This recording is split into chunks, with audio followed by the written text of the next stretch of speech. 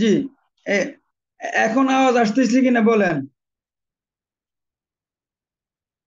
একটু মেসেজ দেন আওয়াজ হচ্ছে কিনা। জি ঠিক আছে, আর দিতে হবে না। আমি মেসেজ পেয়েছি যে আওয়াজ আসতেছে, ঠিক আছে।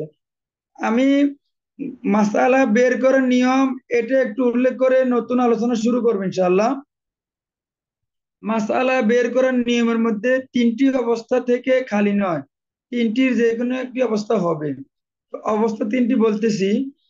এক নং অবস্থা হলো ওয়ারিসরা যারা আছেন তারা হয়তো সবাই আসাবা হবেন, এখানে জবিল ফুরুজ কেউ থাকবে না। যদি সবাই আসাবা হন তাহলে তাদের মাথা হিসাব করে, রুহুস হিসাব করে মাসালা নির্ধারণ করা হবে। যদি 5 ভাই থাকে 5 দি মাসালা, 3 ছেলে থাকে 3 দি মাসালা। আর যদি কোনো ছেলে মেয়ে থাকে তাহলে ছেলেকে 2 মেয়েকে 1 ধরে মাসালা করা হবে। সেখানেও মাথা গোনা হবে, ছেলে 2 মাথা মেয়ে 1 মাথা। এখানে সাধারণত ভাই বোন সম্পর্কিত হয়ে থাকে, ভাই বোন অথবা পুত্র কন্যা অথবা পুত্রের পুত্র অথবা পুত্রের কন্যা, এভাবে হয়ে থাকে। এখানে লিজাকারি মিসলু হাজিল উনসায়াইন, মানে পুরুষ 2 মেয়ে 1, এই হিসাবে মাসালা নির্ধারণ করা হবে। দ্বিতীয় নম্বর হালত হলো যদি কোনো মাসালায় যদি কোনো মাসালায় জবিল ফুরুজ থাকে, সাথে আসাবাদ থাকতে পারে নাও থাকতে পারে, কোনো অসুবিধা নাই। জবিল ফুরুজ থাকবেন একটি অংশের মালিক। জবিল ফুরুজের সংখ্যা বেশি হইতে পারে, ওয়ারিস বেশি হইতে পারে, তবে তারা একটি অংশের মালিক হয়, একাধিক অংশের মালিক না। অংশ হলো 6টি: 2-এর 1, 4-এর 1, 8-এর 1, 3-এর 2, 3-এর 1, 6-এর 1। 6টি অংশ থেকে একটি অংশ হবে। হয়তো ওয়ারিস একাধিক থাকতে পারে, যেমন কোন মাসালা স্বামী আছে আর বোন আছে, সহোদরা বোন আছে। এখানে স্বামী 2-এর 1 পায়, সহোদরা বোন 2-এর 1 পায়। যদি ওয়ারিস 2 জন কিন্তু অংশ একটি, তাহলে যদি একটি অংশ হয় তাহলে তার হর দিয়ে মাসালা হবে। এখানে হর হলো 6, 6 দিয়ে মাসালা। আর এরপর হলো তৃতীয় নম্বর হালত। তৃতীয় নম্বর হালত হলো আহ, একাধিক অংশের জবিল পুরুষ। জবিল ফুরুজ বলা হয় নির্ধারিত অংশ এর মালিক 12 জন, পুরুষ 60 জন, মহিলা 8 জন, এদেরকে জবিল ফুরুজ অথবা আসহাবুল ফুরুজ বলা হয়। কোরআনে 60 জন পুরুষ এবং 8 জন মহিলার বিবরণ রয়েছে, এরা হলো জবিল ফুরুজ 12 জন। তো তৃতীয় নম্বর হালত হলো জবিল ফুরুজ একাধিক অংশের মালিক হবে, 2 অংশ, 3 অংশ, 4 অংশের মালিক হতে পারে, একটি অংশ সীমিত নয়। একাধিক অংশ যদি থাকে তাহলে কি করতে হবে? তাহলে অংশগুলো থেকে হরগুলো নিয়ে হরগুলো লসাগু বের করতে হবে। একাধিক অংশ যদি হয় তাহলে হরগুলা, একাধিক অংশের হরগুলো নিয়ে লসাগু বের করে ওই লসাগুই হবে আসলে মাসালা। এটা দিয়ে আমরা মাসালা করব। তাহলে 3টি অংশর 3টি অবস্থার আমরা বিবরণ দিয়ে দিলাম।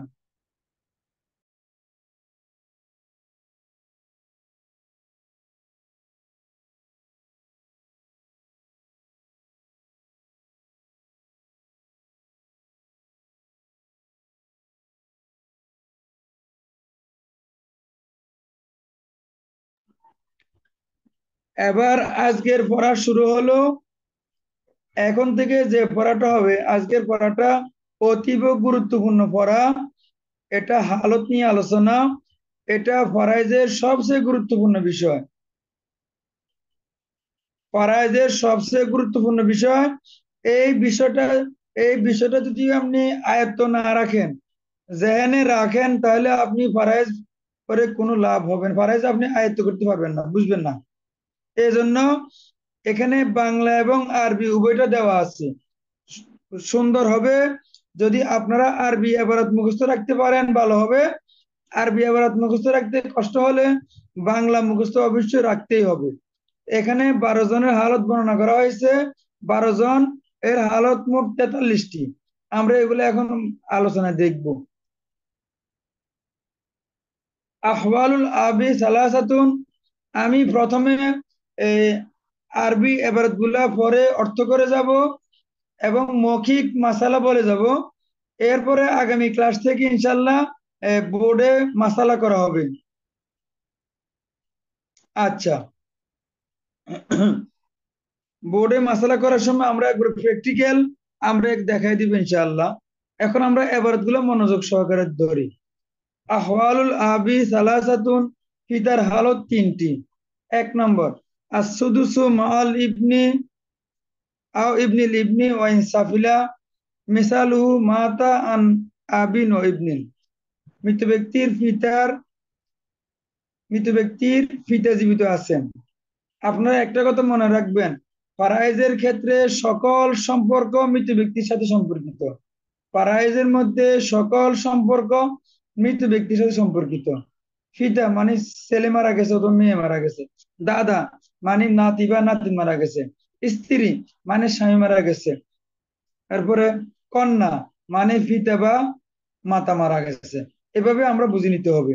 তাহলে এখানে পিতার হালত মানে কি, ছেলে বা মেয়ে মারা গেছে, তো তার হালত তিনটি। 6 ভাগের 1 ভাগ পাবে যখন মৃত ব্যক্তির পুত্র বিদ্যমান থাকে অথবা পুত্রের পুত্র বিদ্যমান থাকে। হ্যাঁ, যত নিম্ন স্তরের হোক না কেন। সিরাজি, আমি আমার কিতাব লেখার সময় সিরাজি কিতাব থেকে এই হালতের অংশটুকুই এনেছি। এও, আর অন্যান্য অংশ সিরাজি থেকে আনার সুযোগ হয় নাই। কারণ হলো সিরাজি কিতাবের এবারত যেরকম কঠিন, আবার কাওয়ায়েদ গুলোও কঠিন। এই কারণে শুধু হালতেরটাই সিরাজি কিতাবের এবারতটা সহজ আছে। আর মাঝে মধ্যে কিছু তাসামু হয়ে গেছে, আমি এগুলো খেয়াল করার চেষ্টা করছি। যেমন এখানে সিরাজি কিতাবে আছে আর সুদুসু মাল ইবনি ও ইবনিল ইবনি ও ইনসাফিলা, এখানে আও হবে। কারণ হলো পুত্র থাকতে পারে অথবা পুত্রী থাকতে পারে।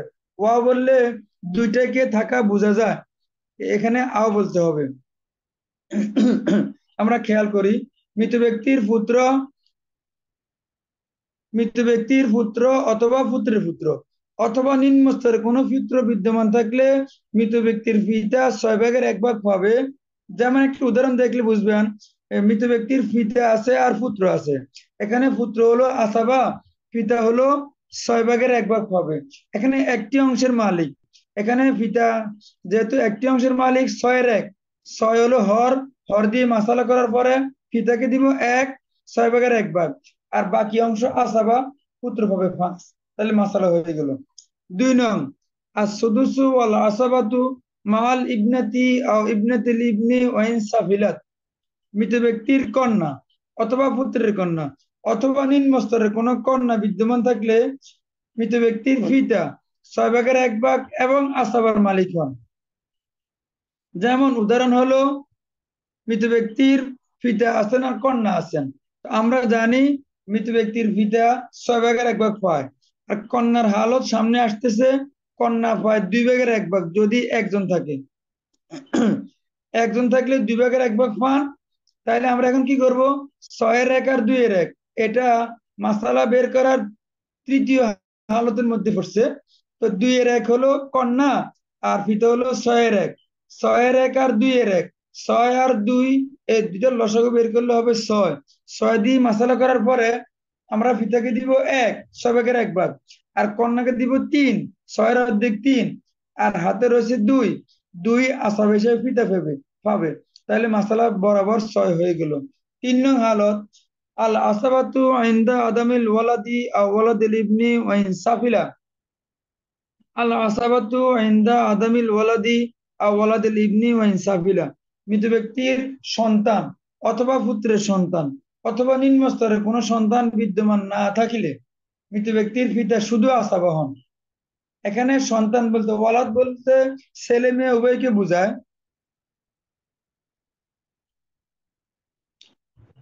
ওই যে 2 নং হালতের মধ্যে ফিতে পাবে 2 আসাবা হিসাবে।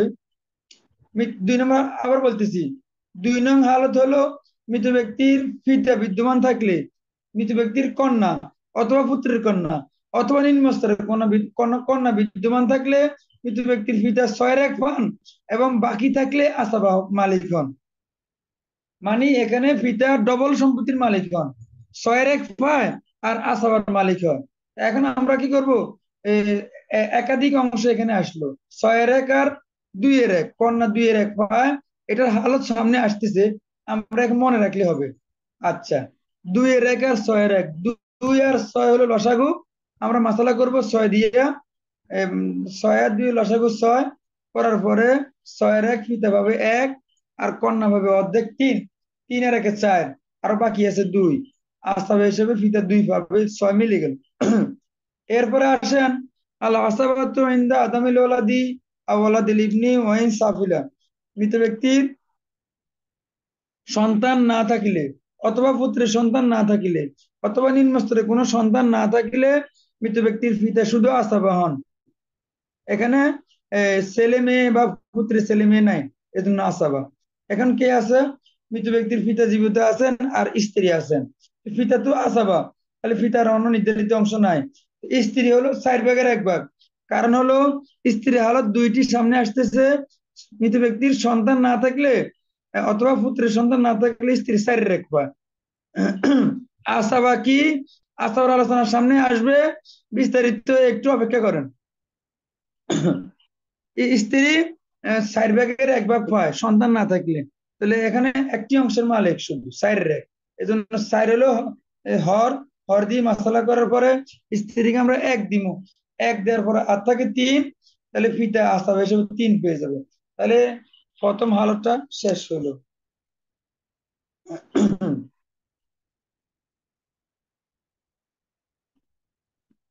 এরপরে আইতেছে দাদার হালত। আহওয়ালুল জাদ্দি আরবাতুন, দাদার হালত 4টি। ফিতার হালতের মধ্যে যে আমরা 3টি বলছিলাম, হুবহু একই রকম কথা, এক এবারত একই, কোনো ব্যবধান নাই, এবং শর্ত সারাত একই, কোনো ব্যবধান নাই। 4 নং-এ যাই ব্যবধান। 4 নং-এর ব্যবধান কি হলো? মৃত ব্যক্তির পিতা থাকলে দাদা বঞ্চিত হবে। মৃত ব্যক্তির পিতা থাকলে দাদা বঞ্চিত হবে। তাহলে আমরা সহজ ভাষা বুঝলাম কি, দাদার হালত 1, 2, 3 নম্বরের মধ্যে পিতা বিদ্যমান নাই। পিতা বিদ্যমান না থাকার কারণে দাদা 1 নং হালতে 6-এর 1 পাইলো, 2 নং হালতে আসব এবং 6-এর 1 পাইলো, 3 নং হালতে আসবার মালিক হলো। 4 নং হালতে যাই দেখা গেল মৃত ব্যক্তির পিতা বিদ্যমান আছে, এজন্য দাদা মাহরুম, দাদা কোনো সম্পত্তি পাবে না।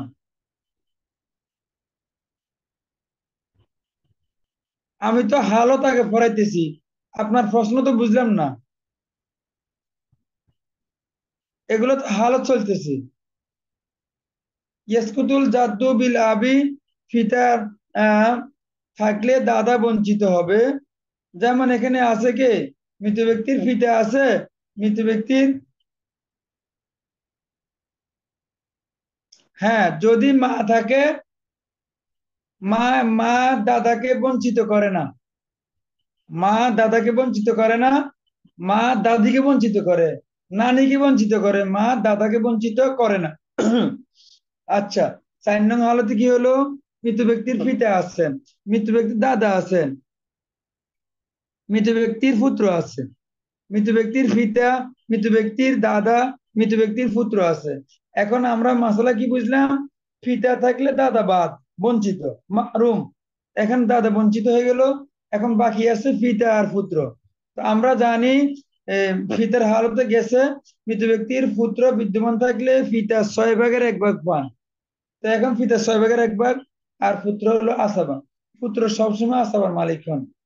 তাহলে পিতা 6-এর 1, একটি অংশের মালিক, 6 দিয়ে মাসালা। 6 দিয়ে মাসালা করার পরে পিতাকে আমরা 1 দিয়ে দিব, আর তাকে 5, আসাবা মালিক পুত্র, পুত্র 5 পেয়ে যাবে। আচ্ছা, এরপরে আইতেছে আওলাদুল আওলাদ মানে সন্তান। এখানে ছেলে মেয়ে উভয় আছে। মানে মা, মায়ের সন্তান মানে মায়ের ছেলে মেয়ে। আমরা যেটাকে বলে থাকি বই পিতৃয় ভাই, বৈপিত্রীয় বোন, বৈপিত্রীয় ভাই, বৈপিত্রীয় বোন, বৈমাত্রীয়, বৈপিত্রীয়। এটা বুঝতে কারো কারো অসুবিধা হয়, আমি একটু উদাহরণের সাহায্যে আপনাদেরকে বলতেছি। বৈপিত্রীয় কে আরবিতে বলা হয় আখুন লিউম অথবা উখতুন লিউম, মানে মায়ের মায়ের দিক থেকে ভাই অথবা মায়ের দিক থেকে বোন। এখানে পিতা ভিন্ন, মানে ওই মহিলার 2 সংসার, ওই মহিলার আচ্ছা, এখন এই জাতীয় প্রশ্ন করবেন না, হালত চলতেছে তো, হালত গুলার মধ্যে আপনারা সব পাবেন আশা করি। তবে বৈচিত্র্য কেমনে? এখানে ফিতা ভিন্ন, মানে হলো ওই মহিলার দুই বিবাহ হয়েছিল, দুই সংসারে তার সন্তান আছে, প্রথম সংসারের সন্তান, দ্বিতীয় সংসারের সন্তান, এই সন্তানদের মধ্যে পিতা ভিন্ন সম্পর্ক।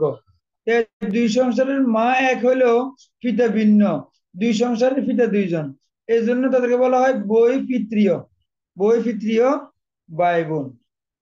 তাহলে মনে করেন রহিমা খাতুন একজন মহিলা, তার দুই সংসারে দুই ছেলে আছে, খালেদ আর মাজেদ, খালেদ আর মাজেদ। তাহলে খালেদের পিতা আব্দুর রহমান, মাজেদের পিতা আব্দুর রশিদ। কিন্তু রহিমা হলো একজন, রহিমার ছেলে খালেদ আর মাজেদ, কিন্তু খালেদের বাপ আব্দুর রহমান আর মাজেদের বাপ আব্দুর রশিদ। তো দুইজনের পিতা ভিন্ন, এটাই বৈচিত্র্য, কিন্তু মা যে এক, এই জন্য মা ভিন্ন না মা এক। তো এই দুই সংসারের মধ্যে, দুই সংসারের এক সন্তান যদি কোনো মারা যায়, আর এক সন্তান বলা হবে বৈপিত্রীয়।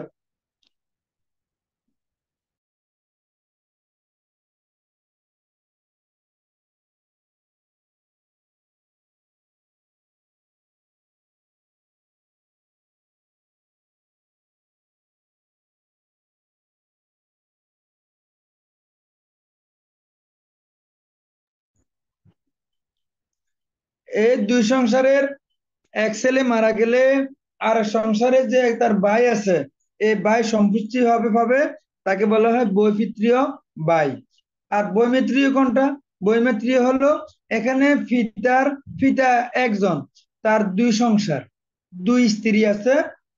তো এখানে স্ত্রী ভিন্ন কিন্তু পিতা একজন। তো দুই স্ত্রীর যে কোনো দুই ছেলে হয়, হ্যাঁ, বা দুই মেয়ে হয়, তাদেরকে বলা হয় এই পরস্পর যে বোন সম্পর্ক দুই সংসারে, তাদেরকে বলা হয় বৈমাত্রীয় ভাই অথবা বৈমাত্রীয় বোন, মা ভিন্ন সম্পর্ক। তাহলে আশা করি বুঝতে পারছেন। এখানে যেটা আওলাদুল যে এখানে বৈপিত্রীয় ভাই এবং বৈপিত্রীয় বোন, বৈপিত্রীয় ভাই এবং বৈপিত্রীয় বোন এখানে উদ্দেশ্য।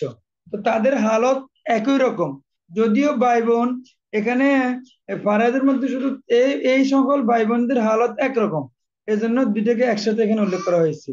1 নম্বর, আসদুসুলিল ওয়াহিদে, মৃত ব্যক্তির বৈপিত্রীয় ভাই অথবা বৈপিত্রীয় বোন যদি একজন থাকে, সে 6 ভাগের 1 ভাগ পাবে, 6 ভাগের 1 ভাগ পাবে।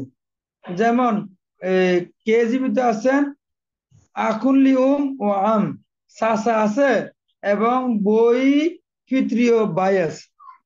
তো চাচা সবসময় আসাবা, পুত্র সবসময় আসাবা, হ্যাঁ, ভাই সবসময় আসাবা। তো আকুল্লিউম এ কোনো আসাবা না, এ জবির ফুরুজ, নির্ধারিত অংশের মালিক। এখানে চাচা হলো আসাবা, বই পিতৃয় ভাই হলো নির্ধারিত অংশের মালিক, 6-এর 1-এর মালিক।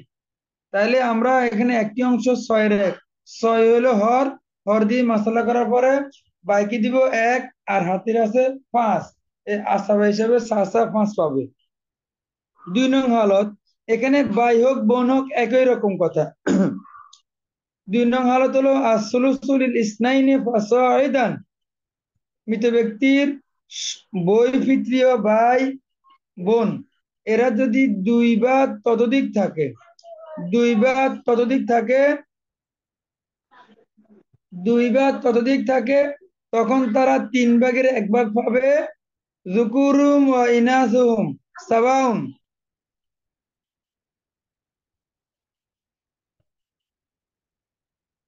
আপনাদেরকে পিডিএফ দেওয়া হয়েছে, আপনারা তো প্রিন্ট করে পড়ার কথা। পিডিএফ যারা পান নাই, তারা ওই ইয়ার সাথে মুফতি সাহেবের সাথে যোগাযোগ করেন, পিডিএফ তো আমি দিয়ে দিছি।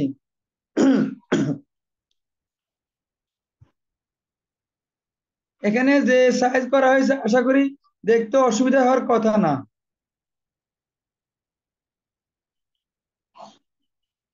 জি, তাহলে বৈপিত্রীয় ভাই, বৈপিত্রীয় বোন, তারা দুইজন বা ততোধিক থাকলে তারা 3 ভাগের 1 ভাগ সমান ভাগ করে পাবে। যুকুরুম ওয়া ইনাসুম সাওয়াউন, তাদের পুরুষ তাদের কম মহিলারা সমান। এখানে লিজাকারি মিসলু হাযিল উনসায়াইন এখানে প্রযোজ্য নয়। মনে করেন ভাই একজন বোন একজন আছে, তো তারা 3 ভাগের 1 ভাগ পাইলো। তাহলে কি হবে? 3 ভাগের 1 ভাগ সমান ভাগ করে পাবে। 3 ভাগের 1 ভাগ সমান ভাগ করে পাবে। এখানে কোনো কেউ কম বেশি পাবে না। যেমন মাসালা হলো মাতা আন উখতাইনি লি উম্মিন ও আম্মিন, চাচা আছে আর বই পিতৃ ও বোন 2 জন আছে। তাহলে আহ, একটি অংশের মালিক 3 ভাগের 1 ভাগ, 3 হলো হর। 3 দিনে মাসালা করার পরে এই বোনদেরকে 1 দিব, 3 ভাগের 1 ভাগ। আর বাকি আছে 2, চাচা আসা বেশি 2 পেয়ে যাবে। তাহলে মাসালা হয়ে গেল। 3 নং হালত, ইয়াসকুতুনা বিল ওয়ালাদি আও ওয়ালাদিল ইবনি ওয়া ইন সাফিলা আও বিল আবি আও বিল জাদ্দি। আপনারা সিরিজে দেখিয়েন, সেখানে ওয়া উল্লেখ করা হয়েছে। আসলে ওয়া জায়গাত আওটা উত্তম হবে। আচ্ছা, ইয়াসকুতুনা বিল ওয়ালাদি, তারা আহ, বঞ্চিত হবে মৃত ব্যক্তির সন্তান বিদ্যমান থাকলে। সন্তান বলতে এখানে ছেলে মেয়ে। আওয়ালাদিল ইবনি, অথবা পুত্রের ছেলে মেয়ে, কন্যার ছেলে মেয়ে নয়। কন্যার ছেলে মেয়ে এরা অন্য বংশের বংশধর, তারা এই বংশে এখন আর নাই, এজন্য তাদের দ্বারা কোনো হুকুম পাল্টিবে না। তাহলে ইয়াস কুতুনা বিল ওয়ালাদি, মৃত ব্যক্তির সন্তান থাকলে অথবা পুত্রের সন্তান থাকলে অথবা নিম্ন স্তরের কোন সন্তান থাকলে বই পিতৃ ও ভাই বোন বঞ্চিত হবে। অথবা পিতা অথবা দাদা থাকলে বই পিতৃ ও ভাই বোন বঞ্চিত হবে। তাহলে কি বোঝা গেল? 1 নং আর 2 নং হালতের মধ্যে মৃত ব্যক্তির কোন সন্তান অথবা পুত্রের সন্তান অথবা নিম্ন স্তরের সন্তান অথবা পিতা অথবা দাদা কেউ বিদ্যমান নাই। না থাকার সুবাদে তারা সম্পত্তি পেয়েছে।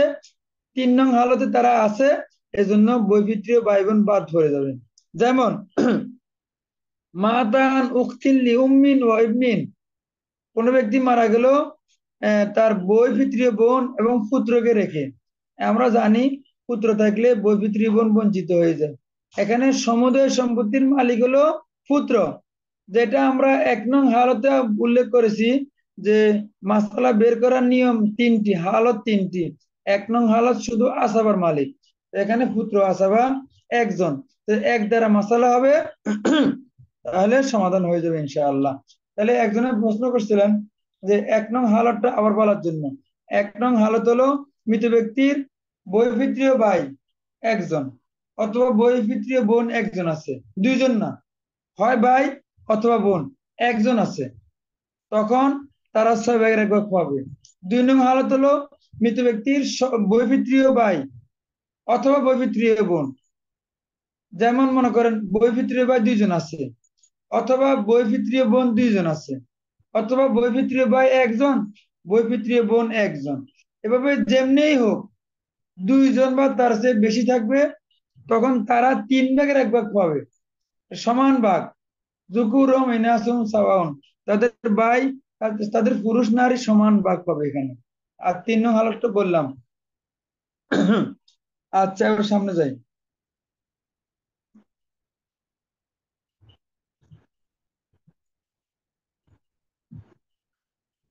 এবারে আসেন, যারা স্বামীরা যারা আছেন তারা একটু মনোযোগ সহকারে দেখেন। আল আজাওজু আর বাকিরা অপেক্ষায় থাকেন আর কি। স্বামী যখন হবেন ইনশাল্লাহ তখন ভালো করে মনোযোগ দিয়েন, এখনো দিতে হবে। বুঝেন আর না বুঝেন মুখস্থ কিন্তু করতে হবে, কোনো উপায় নাই। আইনাল মাফার, কোনো সার দেওয়া হবে না। আচ্ছা, আজাউজু লাউ হালাতান, স্ত্রী স্বামী তার হালত 2টি। মানে এখানে স্ত্রী মারা গেল, স্বামী জীবিত আছে, এখন তার হালত 2টি। স্ক্রিনে আপনারা কেন দাগ দেন আমার তো বুঝে আসতেছে না। কারো যদি কোনো প্রশ্ন থাকে সংক্ষেপে তো আপনারা মেসেজ করতেছেন, এরপরে আপনাদেরকে লম্বা সময় দেওয়া হবে ইনশাল্লাহ। আজকে ইনশাল্লাহ আমি আছি, আজকে আমার পরবর্তী বেস নাই, ওটা ছুটি, এজন্য আপনারা টেনশন করেন না ইনশাল্লাহ। আচ্ছা, আর জাওজুল হালাতান, স্বামী হালত দুইটি। এক নম্বর, আর নিসফু ইনদা আদামিল ওয়ালাদি আও ওয়ালাদিল ইবনি ওয়া ইন সাফিলা, মৃত ব্যক্তির সন্তান অথবা পুত্রের সন্তান অথবা নিম্ন স্তরের কোনো সন্তান বিদ্যমান না থাকিলে তারা দুই ভাগ, তারা মানে সে আর কি, স্বামী দুই ভাগের এক ভাগ পাবে। সমুদয় সম্পত্তির দুইয়ের এক। সম্পত্তিটা কার? স্ত্রী সম্পত্তি। স্ত্রী মারা গেছে কিন্তু স্ত্রী কোনো সন্তান রেখে যায় নাই, অথবা পুত্র সন্তান রেখে যায় নাই, এরে সন্তানটা এই স্বামীর থেকে হোক অথবা স্ত্রীর আগের সংসারে হোক, যিনি হলুদ দাগটা দিছেন উনি এটা মুছে ফেলেন তো, অনুগ্রহ পূর্বক একটু মুছে ফেলেন, আমাদের অসুবিধা হচ্ছে।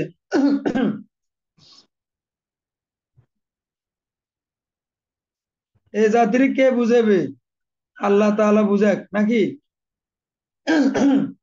তাহলে মৃত ব্যক্তির, এই যে স্ত্রী মারা গেল, স্ত্রীর অন্য স্বামীর সন্তান হোক অথবা এই স্বামীর থেকে সন্তান হোক, যেভাবে হোক, স্ত্রীর সন্তান যদি থাকে, যদি না থাকে, তাহলে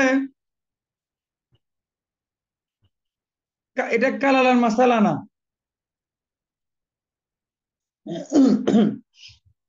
স্ত্রীর সন্তান নাই অথবা পুত্রের সন্তান নাই অথবা নিম্ন স্তরের কোনো সন্তান নাই, তাহলে স্বামী সমুদয় সম্পত্তির অর্ধেক পাবে। যেমন মাতাত আন জাওজিন ও আবিন, মৃত ব্যক্তির স্বামী আছে এবং পিতা আছে। এখানে স্বামী হলো দুই ভাগের এক ভাগ, আর পিতা কি? তাহলে একজন মেসেজ করেন দেখি, পিতা, পিতার হালত এখানে কোনটা প্রযোজ্য হবে?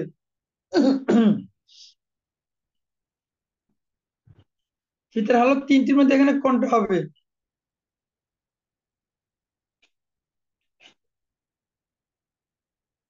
শুক্রান, পাই গেছি, ফিতা আসাবা। আর লাগবে না, পাই গেছি পাস করতে হবে না, হয়ে গেছে শুক্রান, ফিতা আসাবা। তাহলে ফিতা আসাবা স্বামী দুই এর এক, তাহলে কি দাঁড়ালো? একটি অংশের মালিক, সেটা হলো দুই এর এক। দুই দ্বারা মাসালা হবে, মাসালা দুই দ্বারা করার পরে স্বামীকে আমরা দুই দিব, আর হাতে রয়েছে এক, ফিতা আসাবা হিসেবে এক পেয়ে যাবে। দুই নং হালত। আর রুবু, এই আসতেছে, সন্তান থাকলে আসতেছে। আর রুবু মাল ওয়ালাদি ওয়ালাদিল ইবনি ওয়াইন সাফিলা, মৃত ব্যক্তির সন্তান বিদ্যমান থাকলে অথবা পুত্রের সন্তান বিদ্যমান থাকলে অথবা নিম্ন স্তরের কোনো সন্তান বিদ্যমান থাকলে মৃত ব্যক্তির স্বামী চার ভাগের এক ভাগ পাবে। জহির ভাই, এই দাগগুলো দিচ্ছেন, আমি কি আপনাকে রিমুভ করে দিব? আচ্ছা, আমি রিমুভ করে দিতেছি, তাহলে বুঝবেন কার হাতে পাওয়ার আছে।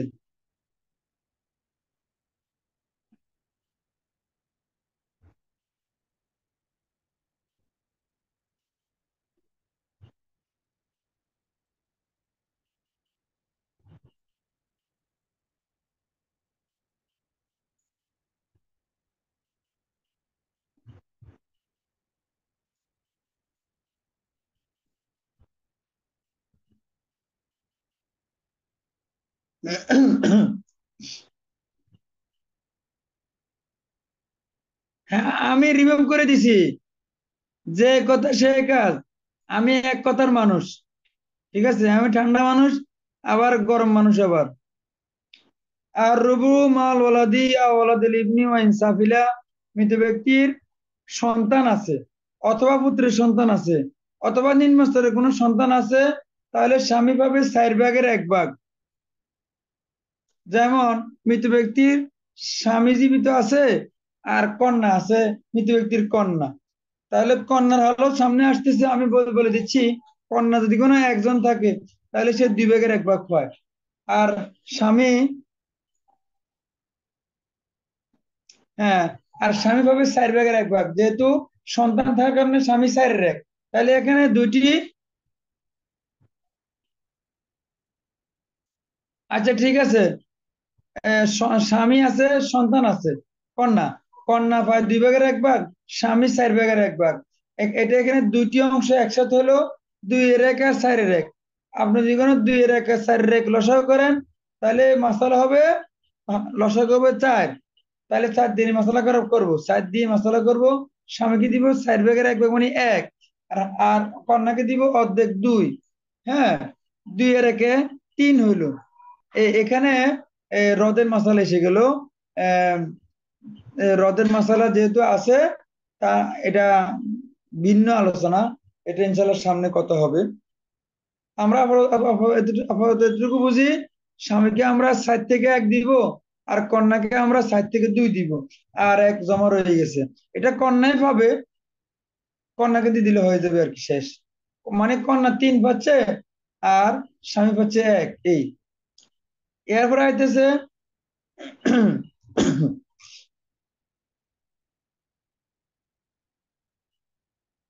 এই দাগগুলো মুশকিল না।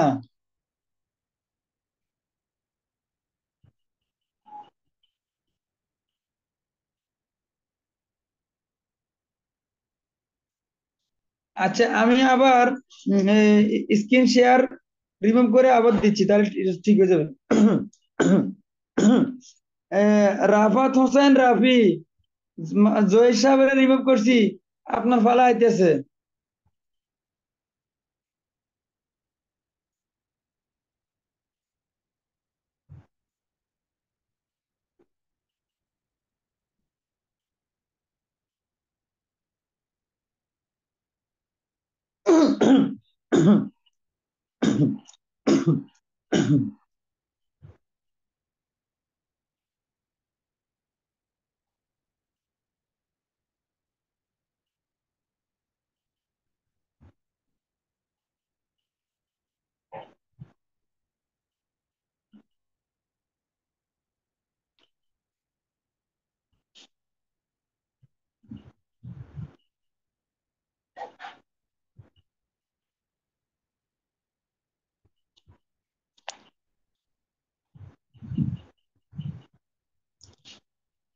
তাহলে স্বামীর হালত গেল, আর স্ত্রীর হালত, স্ত্রীর হালত আর স্বামীর হালতের কথাবার্তা একই, তাদের যে শর্ত সারায়ত একই, কিছু হালকা ব্যবধান আছে। সেটা হলো, স্বামী একাধিক হওয়া সম্ভব না, স্ত্রী একাধিক হতে পারে। স্ত্রী একাধিক হলেও স্ত্রী একজন থাকলে যে সম্পত্তি পায়, একাধিক থাকলেও একই সম্পত্তি পায়, সম্পত্তি কোনো বাড়তি হয় না। সম্পত্তি আহ, বাড়ে না। স্ত্রী একজন থাকলে যে সম্পত্তি পাওয়ার কথা, স্ত্রী 2 জন 3 জন 4 জন থাকলে একই সম্পত্তি পায়। এ হলো ব্যবধান, অন্য কোনো ব্যবধান আর নাই। দেখেন দেখেন, স্ত্রী হালত 3, স্ত্রীগণের হালত 2টি। স্ত্রীর হালতটা, স্ত্রীর হালত 1 নং হালত, আর রুবু লিল ওয়াহিদাতি ফাসাইদাতান, স্ত্রী একজন হোক অথবা তার চেয়ে বেশি হোক, 4 ভাগের 1 ভাগ পাবে। ইন্দা আদামিল ওয়ালাদি আওয়ালাদিল ইবনি ওয়া ইনসাফিলা, মৃত ব্যক্তির সন্তান না থাকলে, অথবা পুত্রের সন্তান, অথবা নিম্ন স্তরের কোনো সন্তান না থাকলে, মৃত ব্যক্তির স্ত্রী একজন হোক অথবা একাধিক হোক, তারা 4 ভাগের 1 ভাগ পাবে। এখানেও একই কথা, যিনি মারা গেছেন স্বামী, হয়তো এই সন্তানটা এই স্ত্রীর এ, গর্ভে থেকে হয়েছে, অথবা তার আগের কোন স্ত্রী ছিল, ওই স্ত্রী গর্ভ থেকে হয়েছে, কোনো অসুবিধা নাই।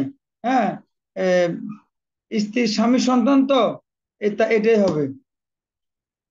যিনি সম্পত্তি পাচ্ছেন তার সন্তান না হলেও জরুরি না, কিন্তু স্বামীর সন্তান কিনা এটা হলো দেখার বিষয়। সন্তান বলতে ছেলে মেয়ে উভয়কে বোঝানো হয়। সন্তান বলতে ছেলে মেয়ে উভয়কে বোঝানো হয়। ইবনুন দ্বারা ছেলে বোঝায়, বিন্তুন দ্বারা, ইবনুন দ্বারা ছেলে বোঝায়, বিন্তুন দ্বারা মেয়ে বোঝায়।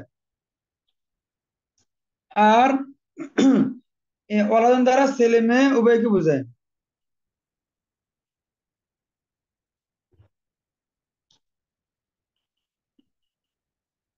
এখন মনে করেন এখানে মারা গেছে কে?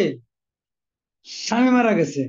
স্বামী মারা গেছে, এখন এই স্বামীর যে সম্পত্তি, স্বামীর সম্পত্তিটাই বন্টন হবে। মনে করেন স্ত্রী দুইজন, এখন সন্তানও আছে, সন্তান আছে।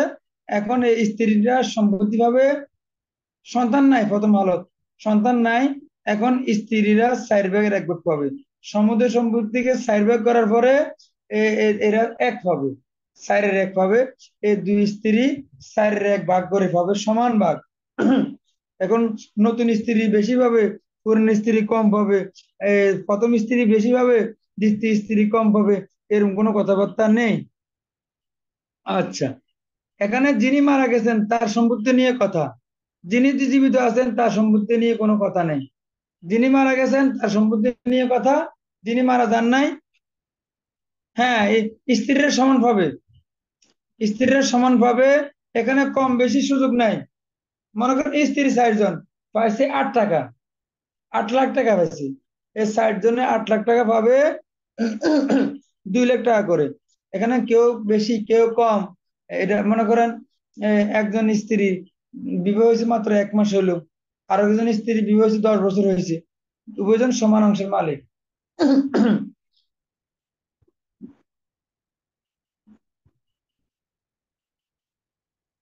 না, শোনেন, এখানে যিনি মারা গেছেন তার সন্তান নিয়ে কথা, যিনি মারা গেছে তার সন্তান নিয়ে কথা, যিনি সম্পত্তি পাবেন তার সন্তান নিয়ে কথা নেই। এখন এখানে মারা গেছে স্বামী, স্বামীর সন্তান আছে কত হলে এটা, হয়তো এমন হতে পারে যে সন্তান আছে স্বামীর, এই সন্তানটা স্ত্রীর, এমন স্ত্রীর সন্তান যে স্ত্রী দুনিয়াতে নাই, এই স্ত্রীর সন্তান। যারা জীবিত আছেন তারা নতুন স্ত্রী, কোনো অসুবিধা নাই। স্বামীর সন্তান আছে কিনা সেটা হলো কথা। আর যারা জীবিত আছেন তাদের থেকে সন্তান, নাকি না যিনি অনেক আগে মারা গেছেন তার থেকে সন্তান, এটা দেখার বিষয় না। দেখার বিষয় হলো স্বামীর ঔরসজাত সন্তান আছে কিনা। যদি থাকে তাহলে এক হিসাব, না থাকলে আরেক হিসাব। আচ্ছা, মাতান জাওজাতিন।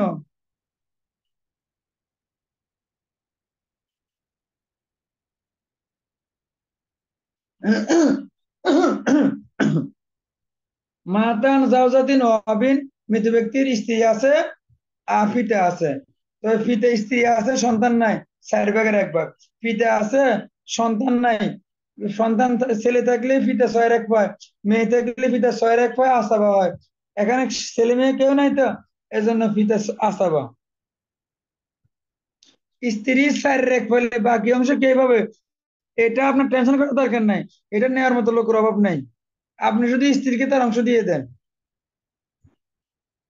কথা বুঝতে পারছেন তো? এখন হালত হচ্ছে স্ত্রীর হালত, এখন স্ত্রীকে তার অংশ দেন, অন্য অংশ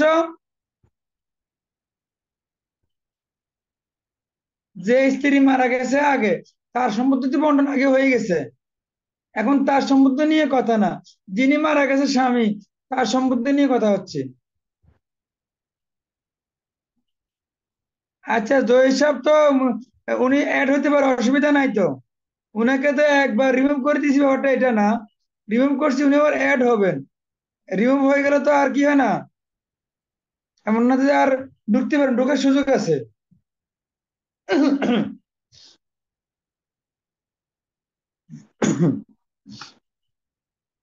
ওই যে দাগ দিছে যে, মাওলানা জহির সাহেবকে রিমুভ করে দিয়েছি, এখন উনি অনুতপ্ত হয়েছে বলতেছে। আলহামদুলিল্লাহ, ভালো কথা, বুঝতে পারলে তো ভালো। আ- আচ্ছা, দেখেন, এখন কথা হলো যে স্বামী মারা গেছে তার সন্তান আছে কিনা। এর তার সন্তান যে কোনো স্ত্রীর ও গর্বে হোক, অসুবিধা নাই, তা সেটা নিয়ে কথা। এখন এখানে মনে করেন স্ত্রী আছে আর স্বামী আছে। এখন এখানে স্ত্রী আছে আর পিতা আছে। পিতা আসাবা, নির্ধারিত অংশের মালিক না। স্ত্রী 4 ভাগের 1 পাবে, 7 দিয়ে মাসালা হবে, স্ত্রীকে 1 দিব, আর হাতে রয়েছে 3। পিতা আসাবে, হিসেবে 3 পেয়ে যাবে। এখানে যদি কোনো মা থাকে তখন মাসালা দিকে চলে যাবে, এটা আরেক হিসেবে হবে। আচ্ছা, মায়ের হালত সামনে আসতেছে, আমরা সব একসাথে মাথা ঢুকেলে হবে না। হ্যাঁ,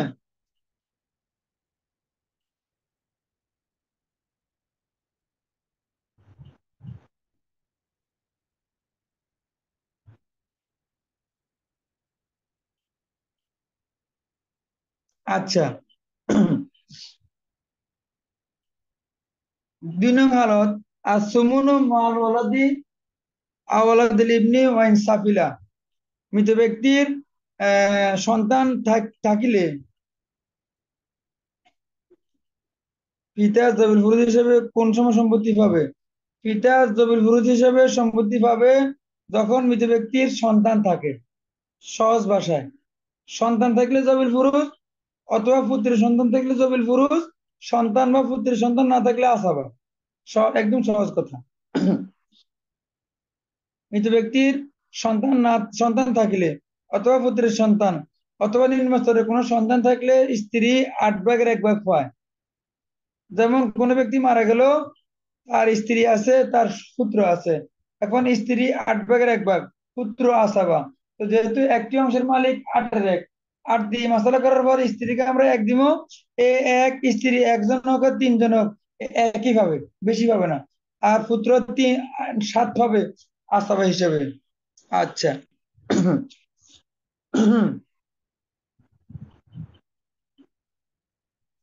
এবারে আসেন কন্যার হালত। আহলুল বানাতে সালাসাতুন, কন্যাগণের হালত 3টি। 1 নম্বর আনিসুলিল ওয়াহিদা, কন্যা একজন থাকলে 2/1 পাবে, সমুদয় সম্পত্তির 2/1। যদি কোনো 10 লাখ টাকা থাকে, 5 লাখ টাকা পাবে। 10 ঘন্টা জমি থাকলে 5 ঘন্টা জমি পাবে। 10 বিঘা জমি থাকলে 5 বিঘা জমি পাবে। সহজ হিসাব, অর্ধেক পাবে কন্যা যদি কোনো একজন থাকে।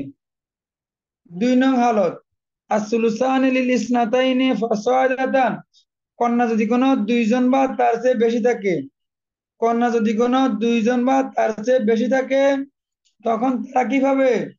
3/2 ভাগ, 2/3 সম্পত্তির করবেন। প্রথমে 3 ভাগ করবেন, 3 ভাগ করার পরে যখন দেখবেন যে 1/1 টাকা আছে, তো এটাকে ডবল করবেন। তাহলে 3/2 মানে 3-এর মধ্যে 2 টাকা। এই তো এই কন্যা যদি কোনো একাধিক থাকে, 3/2 থাকে, তখন তারা সলিউশন পায়। যেমন কন্যা 2 জন আছে আর চাচা আছে, তো চাচা সবসময় আসাবা। কন্যা 2 জন আছে, 3/2, 3-এর 2, হর হলো 3, একটি অংশের মালিক 3 দিয়ে মশলা করার পরে কন্যাদেরকে 2 দিব, আর হাতে রয়েছে 1, চাচাকে আমরা 1 দিয়ে দিব। তাহলে মশলা 3 হয়ে গেল। তাহলে আপনাদের একটা প্রশ্ন করি, কথা কিন্তু পিছনে গেছে। সেটা হলো 2 জন কন্যা থাকলে যে তারা 3/2 পায়, এই এই নীতি, এই মাসালা আমরা কোন জায়গা থেকে শিখলাম? কোরআন, সুন্নাহ, না ইজমা সাহাবা? একজনে মেসেজ করেন, দেখি কার মনে আছে।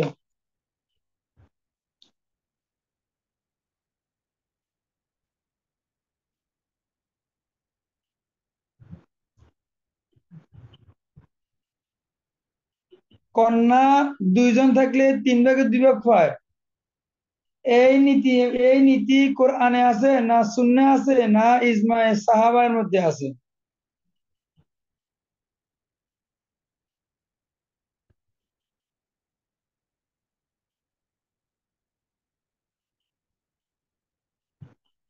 মাশাল্লাহ, মাশাল্লাহ। মোহাম্মদ বোরহান ভাই, শাহিনুর ইসলাম ভাই, বেলাল হোসেন ভাই, এরপরে আবু বকর ভাই, আহ, আর মাহমুদুল হাসান তাইব ভাই, শাহিন আলম ভাই। আচ্ছা, আলহামদুলিল্লাহ। নাইম ভাই, ওনারা বলছেন ইজমা সাহাবার মধ্যে আছে, উত্তর সঠিক। মুজাহিদুল ইসলাম ভাই, আর লাগবে না, হয়ে গেছে। আলহামদুলিল্লাহ, আপনারা আপনাদের মনে আছে, শুক্রিয়া, এই তো পড়া নেওয়া হয়ে গেছে। কথা বলছেন নি? শুক্রিয়া, শুক্রিয়া। আলহামদুলিল্লাহ, আর লাগবে না, মেসেজ হয়ে গেছে, অনেক মেসেজ। এবারে আসেন, 2 জন থাকলে 3/2 পায়, এটা বললাম। 3 নং হালত মৃত ব্যক্তির পুত্র থাকলে কন্যা আসাবা হবে। মাল ইবনি আসাবাতান, মেসেজ আর দেওয়া লাগবে না, হয়ে গেছে। মাল ইবনি আসাবাতান, কন্যার সাথে তারা আসাবা হবে। তাহলে কি বোঝা গেল? 1 নং এবং 2 নং হালতের মধ্যে, 1 নং এবং 2 নং হালতের মধ্যে কি নাই? মৃত ব্যক্তির পুত্র বিদ্যমান নাই। কিন্তু ব্যক্তির পুত্র বিদ্যমান না থাকার কারণে 2 নং এবং 3 নং হালতে, 1 এবং 2 নং হালতে নির্ধারিত অংশ পেয়েছে। 3 নং হালতে পুত্র বিদ্যমান আছে, এই কারণে পুত্রের কারণে কন্যা আসাবা হয়ে যাবে। এখন সূত্র হলো ওই যে কোরআনের আয়াত, লিযাকারি মিসলু হাযিল উনসায়াইন। একজন কন্যা, এ, 2জন কন্যা একজন পুত্রের সমান অংশ পাবে। যেমন এখানে একজন পুত্র আছে, একজন কন্যা আছে। তাহলে এটা হলো এই মাসালা বের করার নিয়মের প্রথম হালত, যেখানে শুধু আসাবা থাকে। এখানে পুত্রকে ধরা হবে 2 মাথা, কন্যাকে ধরা হবে 1 মাথা। 2 + 1 3, 3 দ্বারা মাসালা করার পরে পুত্রকে 2 টাকা দিব, কন্যাকে 1 টাকা দিব, তাহলে আমাদের হয়ে যাবে। আচ্ছা, এবারে আসি আমরা বানাতুল ইবনে সিত্তাতুন।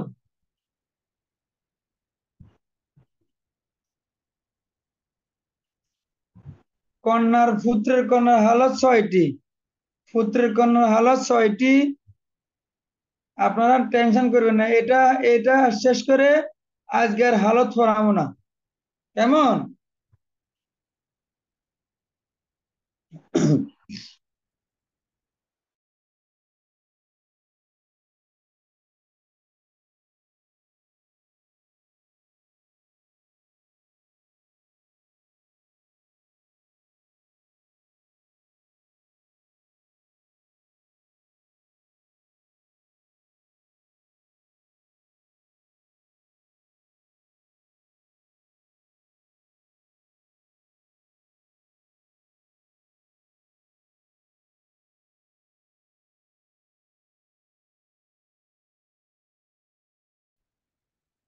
পুত্রের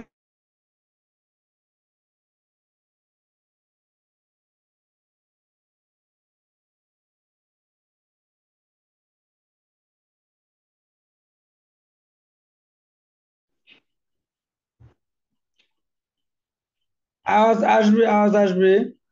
ওই কেউ একজন কল দিছিল, এজন্য স্ক্রিনশটটা চলে গেছে।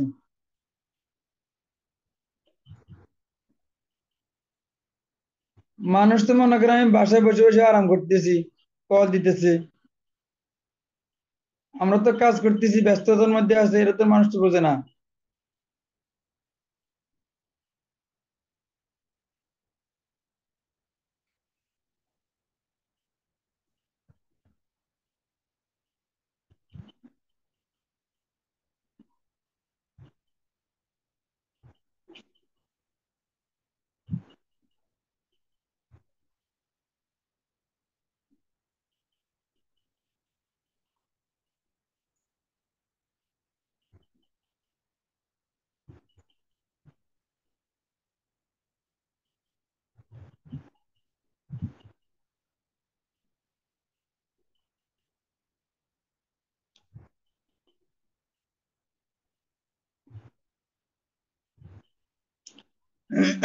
জি, শুরু করতেছি।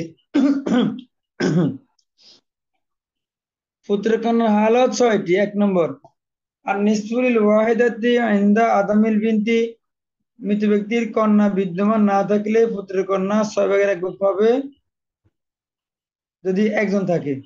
যেমন মাতান বিনতি লিবনি ও উম্মিন ও আম্মিন। মৃত ব্যক্তির পুত্র কন্যা বিদ্যমান আছে, মৃত ব্যক্তির মা আছে, মৃত ব্যক্তির চাচা আছে। চাচা সবসময় আসাবা। মাসালা হবে পুত্র কন্যা একজন আছে, 2 ভাগের 1 ভাগ, আর মা হলো 6 ভাগের 1 ভাগ।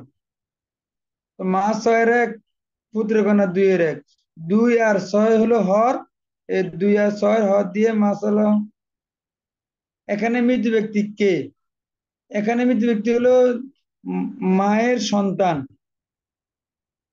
হয়ে ছেলে হতে পারে অথবা মেয়ে হতে পারে, আর চাচার ভাতিজা। আর পুত্রের কন্যার দাদা হবে আর কি, দাদা বা দাদি।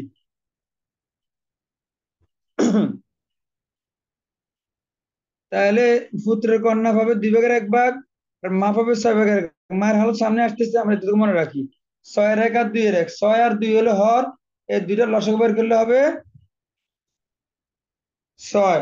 6 দিয়ে মশলা করার পরে ক্ষুদ্র কন্যাকে দিব অর্ধেক, 3। আর মাপ হবে 6 ভাগের 1 ভাগ, 1। 3 আর 1-এ 4।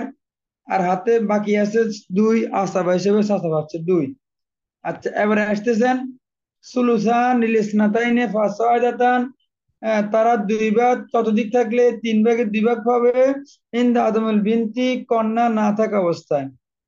প্রথম হালতের মতোই, প্রথম হালত হচ্ছে 2 ভাগের 1 ভাগ, এখানে পাচ্ছে 3 ভাগের 2 ভাগ। মাতান বিনতাইল ইবনে ওয়া জাওজিন ওয়া আম্মিন, মৃত ব্যক্তির 2 পুত্র কন্যা। দাগগুলো আবার দিচ্ছেন, বোঝে না মনে হয়, আপনারা দাগ দিবেন কেন?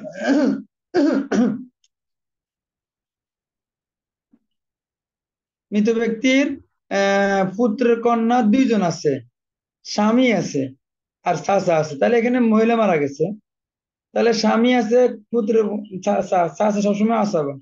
স্বামী আছে, সন্তান আছে, এ কারণে স্বামী 4-এর 1। সন্তান একাধিক আছে, এ কারণে 3 ভাগের 2 ভাগ। 3 আর 4 হলো হর, এর দুইটার লসাগু হলো 12।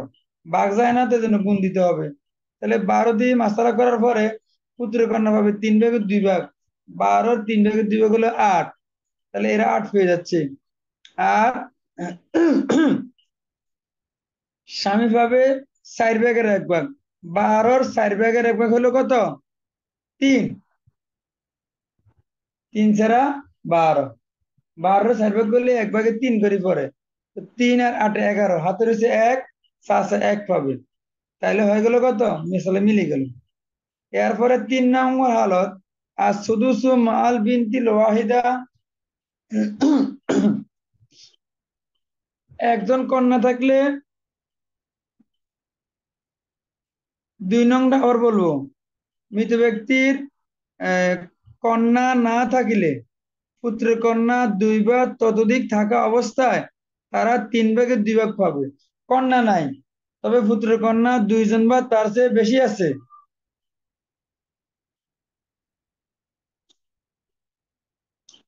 লসাগু বুঝতেছেন না? ইনশাল্লাহ একটু অপেক্ষা করেন, আগামী ক্লাসে আমি বোর্ডে একবার সরাসরি অঙ্ক দেখাই দিব ইনশাল্লাহ। কেমন?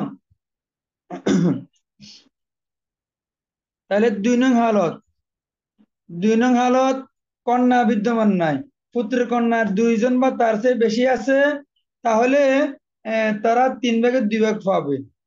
যেমন কন্যা 2 জন, পুত্র কন্যা 2 জন আছে, স্বামী আছে, চাচা আছে। চাচা সবসময় আসাবা, চাচা সবসময় আসাবা। স্বামী আছে, সন্তান আছে, স্বামী 4 ভাগের 1 ভাগ। পুত্র কন্যা আছে 3 ভাগের 2 ভাগ। 3 ভাগের 2 আর 4-এর 1, 3 আর 2 হলো হর, এই লসাগু হলো 12। 12 দিয়ে মশলা করার পরে পুত্র কন্যা পাবে 3 ভাগের 2 ভাগ। 12-এর 3 ভাগ করলে 1 ভাগে 4 পরে, 2 ভাগে 8। তাহলে আর হাতে রয়েছে কত? হাতে তো হিসাব দরকার নাই, স্বামীকে দিব আমরা 4 ভাগের 1 ভাগ। স্বামী 4 ভাগ হলো 3, বা 8-এ 3 11, হাতে আছে 1, চাচাকে দিব 1, তাহলে মশলা মিলে গেল। 3 নং হালত, আর শুধু সুমাল বিনতিল ওয়াহিদা। একজন কন্যা, প্রথম 2 হালতে কন্যা নাই, 3 নং হালতে কন্যা একজন আছে। যদি কন্যা একজন থাকে, তাহলে 3-এর 2 অংশ পুরা করার জন্য তাকমিলাতাল সুলুসাইন, 3-এর 2 অংশ পুরা করার জন্য পুত্র কন্যা 6 ভাগের 1 ভাগ পাবে। এ কথাটা একটু বুঝার বিষয়। সেটা হলো নির্ধারিত অংশের ক্ষেত্রে, নির্ধারিত অংশের ক্ষেত্রে মহিলারা 3 ভাগের 2 ভাগের বেশি সম্পত্তি পায় না। জবিল ফুরুজের ক্ষেত্রে, জবিল ফুরুজের ক্ষেত্রে নারীগণ, চাই সে মা হোক, চাই সে স্বামী হোক, চাই সে বোন হোক, কন্যা হোক, পুত্র কন্যা হোক, তারা 3 ভাগের 2 ভাগের বেশি পান না। এখন এখানে একজন কন্যা থাকলে সে 2 ভাগের 1 ভাগ পায়, অর্ধেক পায়। আর এখানে 3 ভাগের 2 ভাগ পুরো করার জন্য 6-এর 1 বাকি থাকে। এই 6-এর 1 পুত্র কন্যাকে দিলে 6-এর 1 যোগ 2-এর 1। আপনারা যারা অঙ্ক বোঝেন, 6-এর 1 যোগ 2-এর 1, এই দুটো অঙ্ক করলে 3 ভাগের 2 ভাগ হয়। তাহলে 3-এর 2 অংশ পুরো করার জন্য পুত্র কন্যাকে আমরা 6 ভাগের 1 ভাগ দিব। যেমন মাতান বিনতিন কোন ব্যক্তির কন্যা আছে এবং পুত্রের কন্যা আছে, চাচা আছে। চাচাকে আমরা আস্তাব হিসেবে রেখে দিলাম। পুত্রের কন্যা আছে 6-1, কন্যা আছে 2-1। 2-1 আর 6-1 লসাগু 6। কন্যাকে দিব 6-1/3 আর পুত্র কন্যা দিব 6-6 ভাগের 1/1। 3-1-4, হাতের হলো 2। তাহলে পুত্রকে চাচাকে আমরা 2 দিব। আসাবার শেষ, কমপ্লিট আসাবার কাজ। এরপরে আসতেছে লা ইয়ারিসনা মাল বিনতাইনে, দুইজন কন্যা থাকলে। জি, আগামীকালকে ক্লাস বোর্ডে বুঝে দিব ইনশাল্লাহ। লা ইয়ারিসনা,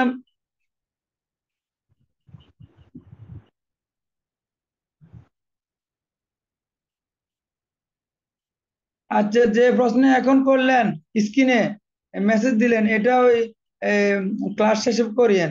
এত লম্বা কথা আমি পড়তে পারি নাই, চলে গেছে লেখাটা।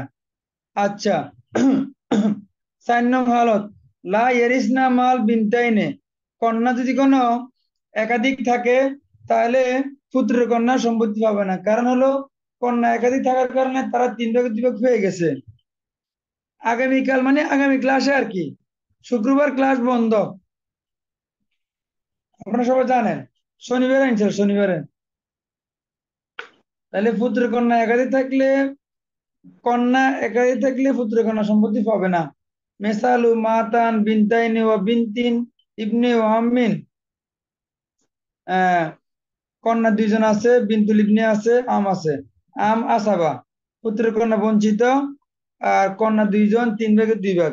মাসালা 3 দ্বারা হবে। 3 দিয়ে মাসালা করার পরে পুত্রের কন্যাকে দিব 2, আর হাতে আছে 1, চাচা 1 হয়ে যাবে, শেষ। 5 নম্বর, আল আসাবাতু মাল ইবনে ইবনুল ইবনে ওয়া ইনসাফিলা, হালত বর্ণনা করা হচ্ছে পুত্রের কন্যা। 1 থেকে 4 নং হালতের মধ্যে পুত্রের কন্যার সাথে পুত্রের পুত্র নাই। এখন 5 নং হালতের মধ্যে পুত্রের পুত্র বিদ্যমান আছে, মানে তার ভাই আছে আর কি। তখন তারা আসাবা হয়ে যাবে। আসাবা হইলে হিসাব সহজ। ভাই 2 টাকা পারলে বোন 1 টাকা পাবে। যেমন স্বামী আছে, পুত্রের পুত্র আছে, পুত্রের কন্যা আছে। তাহলে এই পুত্রের পুত্র পুত্রের কন্যা আসাবা, স্বামী হলো 4-1। তাহলে 4 দিয়ে মশলা করার পরে স্বামীকে আমরা, এই তো আর 1 লাইনের পরে মূল ক্লাস শেষ। এরপর প্রশ্ন পড়বো। স্বামী আছে, স্বামীর নির্ধারিত অংশ 4-1। 4 দিয়ে মশলা করার পরে স্বামীকে 1 দিব, আর থাকে 3। এখন এখানে পুত্রকে দিব 2 ডবল, আর পুত্রের কন্যাকে দিব 1। তাহলে মশলা মিলে গেল। 6 নং হালত, ইয়াসকুতনা বিলিবনে, এই এরা সবাই বঞ্চিত হবে পুত্র থাকলে। মানে পুত্রের কন্যার সাথে যদি কোনো মৃত ব্যক্তির পুত্র থাকে তাহলে বাদ হয়ে যাবে। মানে এখানে বাপ আছে, মেয়ে বাদ, এটা আর কি। এই হলো অবস্থা, হালত।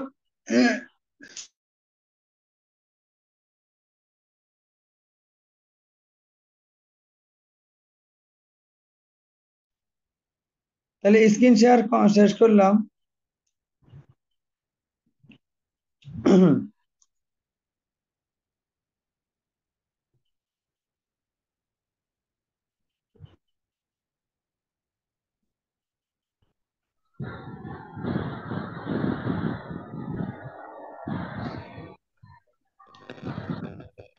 আসসালামু আলাইকুম।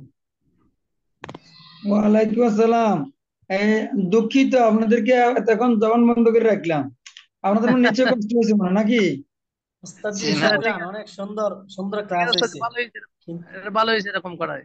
অনেক সুন্দর হয়েছে ওস্তাদজি। আমার ওই ওস্তাদ, শেষ এটা তো প্রশ্নের মধ্যে, মৌলিক বিষয়। ওই যে এই বানাতুল মৌলিক ইবনির বিষয়টা মধ্যে, এত এর মধ্যে না, এত প্রশ্ন কষ্ট করে না একজনে করেন। পড়ায়া। এই তাক- একজনে করলে কথা শোনা যায়, একাধিক জি জনে করলে কথা শোনা হয়, যায় না। সবাই কথা জি, বললে বোঝা যায় না। জি, জি। ওস্তাদজি, আমার ওস্তাদ, একটা প্রশ্ন ছিল। আমি বলতেছিলাম যে এখন শেষের আমি যে যদি 4 প্রশ্নটা, ভাগের শেষের এক যে ভাগ বানাতুল পাই ইবনির তাহলে বাকি হালতের মধ্যে সম্পত্তি কে পাবে? 3য় নাম্বার যে হালতটা, যে তাকমিলাতান লিসুলুসাইন, 1/3 পূরণ করার জন্য ওই কন্যাকে দেওয়া হবে, এটা একটু বুঝতে পারি না আর কি। 3 নাম্বারটা, 3 নাম্বার হালতটা আচ্ছা, শেষে। হ্যাঁ, বলতেছি। জি, এই আপনারা একটা কায়দায় আকসারিয়া মনে রাখবেন। সেটা হলো কায়দা কুল্লিয়া আর কি, কায়দা কুল্লিয়া না, কায়দা আকসারিয়া। সেটা হলো ফারায়েজের যখন নির্ধারিত অংশের হিসাব আসে, জবিল ফুরুজের ক্ষেত্রে নারীগণ পুরো সম্পত্তি পায় না, তারা পায় সর্বোচ্চ সর্বোচ্চ অর্ধেক। 3/2 ভাগ, সুলুসান পায়। এখন যদি কোনো মাসালা কন্যা একজন থাকে, আমরা জানি কন্যা একজন থাকলে সে 2/1 ভাগ পায়, নিঃস্ব পায়। তো নিঃস্ব পায়, আর নিঃস্ব পাওয়ার পরে 3/2 ভাগ পুরা করার জন্য আরো কিছু সম্পত্তি থাকে, এই সম্পত্তির জি জি। 6/1 ভাগ। তো যেহেতু কিছু সম্পত্তি এখনো বাকি রয়ে গেছে, এখন পুত্র কন্যা থাকলে সে একজন থাক বা একাধিক থাক, তারা 6/1 ভাগ পাবে। তো আপনি যখন যোগ করবেন 6-এর 1 যোগ 2-এর 1, তো এটা যোগ করার পরে ফলাফল পায় 3/2 ভাগ। এটাই বলা হয়েছে তাকমিলাতাল লিসসুলুসাইন, 3/2 পুরো করার জন্য। এরপরে যখন দেখবেন আপনি কন্যা একাধিক আছে, তখন পুত্র কন্যা কিছুই পায় না, কারণ হলো একাধিক কন্যা নিজেরাই 3/2 ভাগ পেয়ে যায়, এজন্য পুত্র কন্যার কিছু বাকি থাকে না। আশা করি বুঝতে পারছেন মনে হয়, কেমন? জি আসসালামু আলাইকুম উস্তাদ জি। জি। আমার যে প্রশ্নটা ছিল আর কি, যে মৃত ব্যক্তি মারা গেল, তার কোনো সম্পত্তিও নাই এবং তার কোনো সন্তানাদিও নাই। আর একটু জোরে বলেন, কথা আস্তে শোনা যাচ্ছে, জি। তার কোনো সন্তান নাই মৃত ব্যক্তির, এবং কোনো সম্পত্তিও নাই। এখন মৃত ব্যক্তির স্ত্রী কি তার ওই মৃত ব্যক্তির বাবার কাছ থেকে কোনো ওয়ারিশ দাবি করতে পারবে? আমরা শুরুতে বলা হয়েছে, যদি এমন কোনো হয় মৃত ব্যক্তি আছে কিন্তু তার কোনো ওয়ারিশ নাই, তাহলে এক্ষেত্রেও কোনো ফরাইজ নাই। আর মৃত ব্যক্তি আছে, মৃত ব্যক্তির সম্পত্তি নেই, এই ক্ষেত্রে কোনো ফরাইজ চলে না। এখন সম্পত্তি হবে মৃত ব্যক্তি থেকে, মৃত ব্যক্তির পিতার সম্পত্তি কোনো মৃত ব্যক্তির স্ত্রী পায় না। কথা বুঝতে পারছেন নি? জি জি জি এই। হুজুর, জি। আসসালামু আলাইকুম। শুক্রিয়া। ওয়ালাইকুম আসসালাম। হুজুর, এই ফারাইজের যে হালাত গুলা পড়াচ্ছেন, আলহামদুলিল্লাহ খুব সুন্দর বুঝতেছি। তো যেহেতু এটা মুখস্থের বিষয়ে, যদি একটু ধীরস্থতার সাথে করা হতো তাহলে মনে হয় আমাদের মুখস্থ করার সময়টা আমরা পাইতাম। বেসিক্যালি এইটাই মনে হয় মৌলিক মৌলিক জিনিসগুলো একটু সময় নিয়ে মুখস্থ করার সময় দিলে মনে হয় আমাদের জন্য আর একটু উপকার হতো। আসলে এই হজরত জি, আমাদের জন্য হালত গুলো যদি একটু সময় দিতেন, হালত গুলো হালত গুলো শেখার জন্য না, শোনেন, হ্যাঁ বলতেছি, আমাদেরকে। আমি বিগত যে ফারাইজের বিভিন্ন কোর্স করেছিলাম, ফারাইজের ক্লাস করেছিলাম 15 দিনের হিসেবে। সেখানে হালত কিন্তু রাখছি 3 দিন, হালত 3 দিন রাখছি, এবং প্র্যাকটিক্যাল সহকারে, মানে বোর্ডে অঙ্ক করা সহকারে 3 দিন রাখছি। 3 দিনের মধ্যে আপনাদের হালত উদাহরণ সহকারে আমি কাজ করবো ইনশাল্লাহ। আজকে একদিন গেল না, আরো 2 দিন এই হালত নিয়ে আলোচনা হবে এবং বোর্ডে অঙ্ক করা হবে। আশা করি আপনাদের আর সমস্যা হবে না। আশা করি 3 দিন, 3 দিন যদি কোনো পান সময়, একদিন তো আজকে চলছে, আর 2 দিন সময় পাবেন, কি বলেন? তাহলে হুজুর, আমি আমাদের একটা দাবি এমন ছিল যে ধরেন আজকে আহ, দাদা সম্পর্কে আসছে, দাদার হালাতটা আলোচনা করার পরে এটা বোর্ডে উল্লেখ করা হোক, অর্থাৎ এক একটা অধ্যায়কে এক এক দিনে শেষ করা হোক, অথবা দুইটা অধ্যায়কে একদিনে শেষ করা হোক, এবং এটা প্রশ্ন মানে বোর্ড আকারে, মানে গাণিতিক হিসাব অনুযায়ী। তাহলে ওই হালাতটা মনে হয় মোটামুটি আমাদের আয়ত্ত হয়ে যাবে। আর যদি একসাথে সব হালত পড়ায় এরপরে যদি প্রত্যেকটাকে আবার সামারি করা হয়, তাহলে দেখা যাবে যে হালত গুলা ঠিকভাবে আমরা আয়ত্ত করতে পারবো না। হ্যাঁ, আপনার কথা আমি বুঝতে পারছি। তো আমি এই প্রক্রিয়া কেন নিলাম এবারে, সেটা হলো, যদি আমি বোর্ডে করাই তখন আরবি আবার বোর্ডে লেখা লাগে, বুঝাইতে হয়, আবার অঙ্ক করাইতে হয়, সময় ডবল চলে যায়। এখন যেহেতু এখানে স্ক্রিনে আবারটা নিয়ে আসা হয়েছে, আপনাদেরকে লেখা দরকার হয় নাই, দেখে দেখে আপনাদেরকে বোঝানো হয়েছে। এখন বোর্ডে শুধু অঙ্ক করলে হবে, বোর্ডে কোনো হালতের এবারত আর লিখতে হবে না। এই কারণে সময় বাঁচানোর জন্য আমি এই প্রক্রিয়া দিচ্ছি আর কি। তো তাহলে তো হালতটা তাহলে মনে হলে একবারই আমরা পাবো। এরপরে শুধুমাত্র আমরা এই মানে শুধুমাত্র অঙ্ক মানে গাণিতিক যে সলভেন্সি আছে, এইটাই আমরা পাবো হয়তোবা। এ কারণে যদি হুজুর অনুরোধ, যদি আরেকটা দিন হালতকে রেখে যদি আমাদের একটু আয়ত্ত করার সুযোগ দেওয়া যেত, তাহলে মনে হয় আমাদের জন্য আসান হতো। মনে হয় আগামীকাল তো বন্ধ, যে হালত গুলো আলোচনা হয়েছে ওগুলো আপনারা শুভ মুখস্থ করে নেন কষ্ট করে। জি জি, প্র্যাকটিক্যাল যখন আলহামদুলিল্লাহ। আসবে তখন পুরোপুরি বুঝে আসবে আশা করি। এগুলো মুখস্থ জি, বিকল্প আলহামদুলিল্লাহ। নেই, কথা বুঝতে পারছেন না? জি, আলহামদুলিল্লাহ। জি ওস্তাদ। একদম মুখস্থ করে ফেলেন ইনশাল্লাহ। হালত মুখস্থ করলে আপনার সামনে সবগুলো সহজ হয়ে যাবে। এই রদ বলেন, তাসি জি বলেন, ওস্তাদ, আসর জি। বলেন, হজব বলেন, সালাম আলাইকুম। আউল বলেন, সব মুনাসাকা বলেন, সবগুলাই ভিত্তি হলো হালত। আপনারা কষ্ট হোক, একটু মুখস্থ করে ফেলেন, আরবি হোক আর বাংলা হোক। আসসালামু আলাইকুম। ওয়ালাইকুম আসসালাম। জি, ওস্তাদ, আমি একটা মেসেজ দিছিলাম, মেসেজটা এখন মুখে বলেন। যে মুখে বলতেছি, স্বামী তার স্ত্রীকে সম্পূর্ণ সম্পদ সে লিখে দিল। লিখে দেওয়ার পর এখন সন্তান আছে 3 জন, একজন কন্যা সন্তান, দুইজন পুত্র সন্তান। এখন কি ওই স্ত্রী যে সম্পদটা পাইছে, স্বামী তো মারা গেছে, এখন 3 জন সন্তানের মধ্যে কন্যা সন্তান মারা গেছে, 2জন পুত্র সন্তান আছে।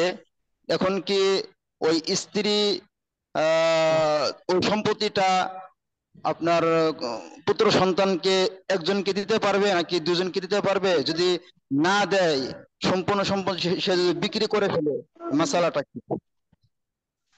এখন এই পাড়ায়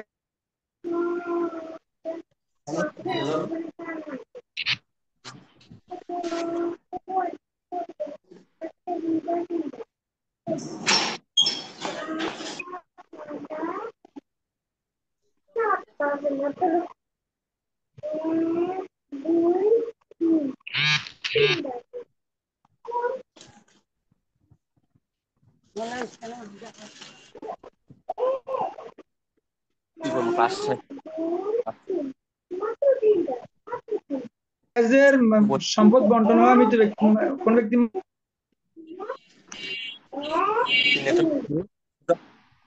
এমবি ওয়াইফাই অনেক এমবি খেলা। জি, এক সাহাবী নবীর কাছে যাওয়ার পরে বলছে, হুজুর আমি এই ছেলেকে কিছু সম্পত্তি দিলাম, আপনি সাক্ষী থাকেন। তখন নবীজি বললেন, তোমার আর কোনো ছেলে মেয়ে আছে? কয়, আছে তো। তাদেরকে দিয়েছে কিনা? কয়, দিই নাই। কয়, তাদেরকে সমানভাবে দাও, নাহলে আমি এটা সাক্ষী আমি হব না। কথা বুঝতে পারছেন নি? এখন যদি কোনো জীবিত অবস্থা দেয়, এ, সবাই হকদার, সবাইকে দেওয়া উচিত। যদি এভাবে একজনকে দেয় বাকিদেরকে না দেয়, তখন ওই ব্যক্তি গুণাগার হবেন। একজন অবাধ্য সন্তান, একজন জি, অবাধ্য সন্তান, সে খরপোশ দেয় না এবং কি খুব অত্যাচার করে, মাকে খুব অত্যাচার করে। এখন মা বলতেছে যে আমি ওই সন্তানকে দিব না। হ্যাঁ, এটা তো এতিমদের বিষয়ে মশালা আছে আর কি। কোন এতিমের সন্তান যদি কোনো অভিভাবকের কাছে থাকে, ওলির কাছে থাকে, ওই এতিম প্রাপ্তবয়স্ক হওয়া অথবা প্রাপ্তবয়স্ক হওয়া, মানে তার আসা পর্যন্ত আকল, বুঝ আসার আগ পর্যন্ত তার কোনো সম্পত্তি হস্তান্তর করা হয় না। এখন যে বখাটে ছেলে, অবাধ্য ছেলে, তার কোনো সম্পত্তি দিলে তো সে কি করে ফেলবে? নষ্ট করে ফেলবে। তো তাই বলে তার সম্পদ অন্যকে ভোগ করার সুযোগ নেই। ঠিক আছে কিনা? জি হযরত, আমার একটা প্রশ্ন ছিল। জি, জি, তো ওখানে তার যে যে সম্পদ, তার যে ছেলে, হজরত জি, তার যে সম্পত্তি, এই সম্পত্তিটা কোথায় দিবে, কার কাছে দিবে? তার সম্পত্তিটা যে বিশ্বস্ত কারো কাছে জিম্মা রাখলে ভালো হয় আর কি। হজরত জি, আমার ছোট একটা প্রশ্ন ছিল যে জি, জি আমি যদি কথা বলতেছিলাম। যদি সন্তান থাকে, একজন সন্তান থাকে, তাহলে তো বোঝা যায় যে সন্তান নিজ পাবে, অর্ধেক পাবে। এখন যদি সন্তান না থাকে, কেউই না, একজন শুধু সন্তান আছে, বাকি অন্য কেউ নাই, তার উত্তরাধিকারী আর কেউ নাই, নিজ পাওয়ার পরে আর এক অংশ, এই বাকি এক অংশ, এগুলো এই এক অংশ কোথায় দিবে? মানে সন্তান আর কন্যা আছে নাকি? শুধু একজন কন্যা আছে, কন্যা থাকলে, একজন কন্যা থাকলে তো নিজ পাবে কন্যা। হ্যাঁ, এবারে আসেন, কথায় আসেন। যদি এমন হয় মৃত ব্যক্তির একজন মাত্র কন্যা আছে, আর সাথে কিচ্ছু না, আর কোনো মৃত ওয়ারিস ব্যক্তির নাই। ভাতিজা, মৃত ব্যক্তির চাচা, মৃত ব্যক্তির স্বাস্থ্য ভাই, মৃত ব্যক্তির ভাই, কেউ নাই, জি, কেউ নাই। মানে জবিল পুরুষও কেউ নাই, আসাবারও কেউ নাই, তখন ওই কন্যা সুরা সম্পত্তি নিতে পারবে। আহ, পুরো সম্পত্তি নিতে পারবে। তো হ্যাঁ, জাউল আর এটা হামে, রদের মশালা, এটা রদের মশালা এরকম হয়ে থাকে। হ্যাঁ, এটা কি হুজুর, হুজুর যদি জাউল আর হামের দিকে যাবে না, তারপর যদি আসা বা জাউল ফুরিস না থাকে, আসাবার দিকে যাবে, জাউল আর হামের দিকে এখানে যাবে তো না এটা? এখানে আসাবার কেউ নাই তো, আপনি তো বলছেন শুধু কন্যা আছে, আর কেউ নাই। আহ, যদি চাচা, চাচাতো ভাই, ভাতিজা এরা থাকে, তখন তো আর কন্যা সকলটা পাবে না, কন্যা অর্ধেক পাবে, বাকি অর্ধেক ওই চাচা ভাতিজা এরা পাবে। ঠিক আছে। জি। জি ওস্তাদ জি, আমার আর একটা প্রশ্ন ছিল। জি, প্রশ্ন হলো সৎ মা, সৎ মায়ের নিজের কোনো সন্তানাদি নাই, তাহলে সৎ মায়ের সম্পদগুলা কিভাবে বন্টন হবে? কোনো সন্তান নাই নাকি? নিজের কোনো সন্তান নাই। ওআরএস কে কে আছে? নিজের অরেস বলতে ওই যে স্বামীর সন্তানাদি আছে, নিজের সন্তান নাই, ওই স্বামীর সন্তানাদি। না, ওই স্বামী পাবে সম্পত্তি, স্বামী স্বামী যদি অর্ধেক সম্পত্তি পাবে। স্বামী যদি মারা যায়। স্বামী মারা গেলে তো স্বামী তো পাইলো না। এখন যদি কোনো কোনো সন্তান না থাকে একদম, বা ওয়ারিস না থাকে, এরপরে ইয়া আছে, জবিল আরহাম আছে, জবিল আরহামের দিকে যাবে। এই মৃত ব্যক্তির নানা, মৃত ব্যক্তির বাগিনা বাগনি, মৃত ব্যক্তির খালা ফুফু এরা পাবে আর কি। সন্তানরা পাবে না? না, সন্তান তো তার না, সন্তানের কি তার? না, সন্তান তো মানে সে তো আগের সন্তান। হ্যাঁ, সন্তান তার না তো, এটা তো স্বামীর সন্তান। তাহলে তার জমিল পুরুষ যারা হবে তারা পাবে এই সম্পদগুলো আর কি। জি, জবিল বিরুদ্ধ অথবা আসাবা অথবা জবিল আরহাম হিসাব আছে, এরা পাবে। তো এই স্বামী সন্তানরা তো এই স্ত্রীর লাগে কোনোভাবে সম্পর্কিত না। ঠিক আছে কিনা? হ্যাঁ, জি জি জি। জানা জি। জি হযরত জাযাকুমুল্লাহ। ছেলের মেয়ের ওই যে হালতটার ভিতরে, ওখানে যে আম্মন দ্বারা উদ্দেশ্য কি মৃত ব্যক্তির চাচা নাকি ওই হ্যাঁ, মেয়ের চাচা? মিন চাচা। হ্যাঁ, আল মেয়ের মুতলাকু চাচা। ইযা উতলিকা ইউরাদু বিল ফরদুল কামেল, মনে আছে নি? জি জি। আল মুতলাকু ইযা উতলিকা ইউরাদু বিল ফরদুল কামেল।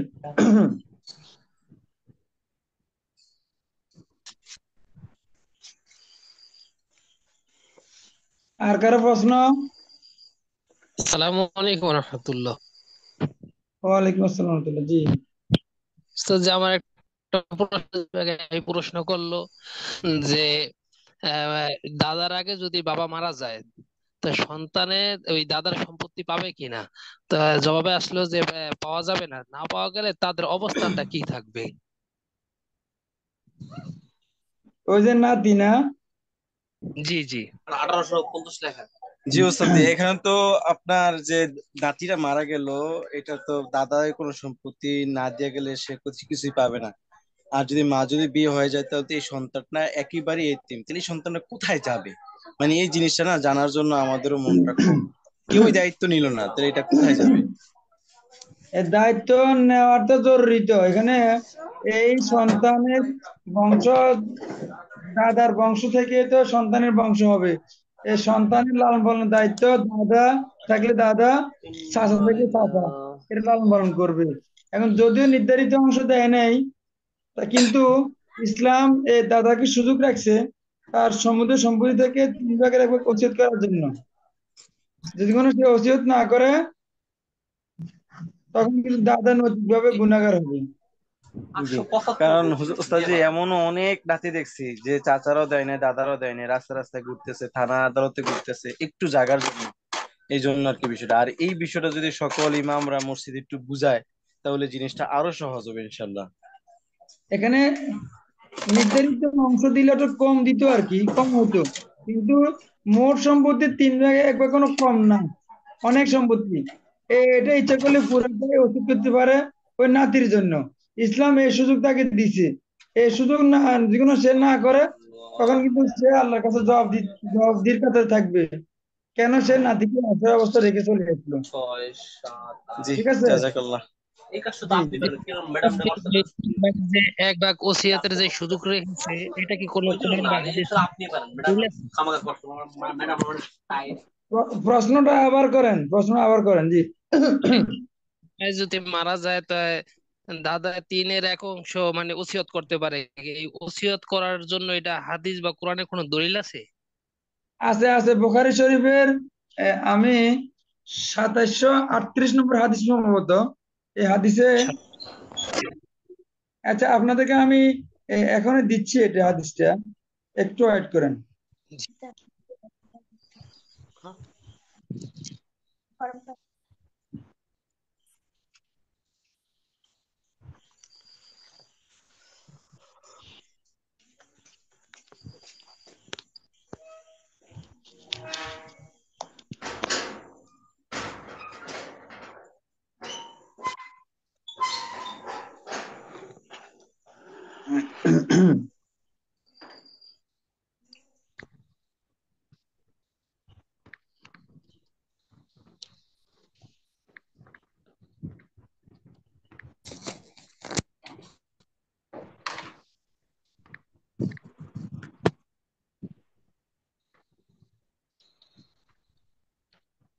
আপনারা যদি এখানে নাও দেখেন, বুখারী শরীফের 2738 নম্বর হাদিস এটা পাবেন। এখানে আপনারা এটা উত্তর পেয়ে যাবেন ইনশাআল্লাহ। কেমন? জি ইনশাআল্লাহ। আচ্ছা, বাবুল ওসিয়তের মধ্যে আছেন। জি, আর কোনো প্রশ্ন? উস্তাদ জি, জি, মৃত ব্যক্তির ছেলে নাই, ছেলে একজন ছিল, ইন্তেকাল করছে, কিন্তু 3জন মেয়ে ছিল। মেয়েরাও মনে করেন বেঁচে আছে কিন্তু ভিন্ন দেশে। তাদের 2 মেয়ের 2 সন্তান এই মৃত ব্যক্তির কাছে ছিল। এখন এই সম্পদটা কি তারাই পাবে নাকি আরো অন্য কেউ পাবে? প্রশ্নটা আরেকটু সংক্ষেপে করেন, কথাটা লম্বা হয়ে গেছে তো, আর ফিস মিলিতে কষ্ট হচ্ছে। আবার বলেন। জি, বললাম যে মৃত ব্যক্তির ছেলে নাই, ছেলে একজন ছিল, ছেলে নাই। ইন্তেকাল করছে, কিন্তু জি, মেয়ে ছিল 3জন। 3জন মেয়েও মানে এখন দেশে নাই, ভিন্ন দেশে আছে, কিন্তু ওই 3জনের মেয়ের 2জন সন্তান ওই মানে নানির অর্থাৎ নানা নানির কাছে ছিল। এখন এই সম্পদটা কি এই নাতি পাবে? না, এখানে সম্পত্তি তো মেয়েরা পাবে, নাতি তো নানি থেকে সম্পত্তি পাবে না। মেয়েরা তো ওস্তাদ যে কাছে নেই, তারা তো ভিন্ন দেশে থাকে। না, কাছে থাকা জরুরি না তো। এই যে ইখতিলাফু দারাইন, যেটা দেশ ভিন্ন হওয়া, এটা মুসলমানের জন্য প্রযোজ্য না, এটা হলো অন্য ধর্মের লোকদের জন্য প্রযোজ্য। সে যে দেশে থাকুক সম্পত্তি সে পাবে। নানি থেকে নাতি কোনো সম্পত্তি পায় না, নানা থেকেও পায় না। ঠিক আছে? এই যদি মানে নানা সম্পত্তি নাতিদেরকে মেয়ের ছেলে মেয়েদেরকে লিখে দেয়, তাহলে কি এখানে গুনাহগার হবে এটারও তারা? ভিন্ন কথা। যারা ওয়ারিস নয় তাদের জন্য 3/1 ওসিয়ত করার সুযোগ আছে।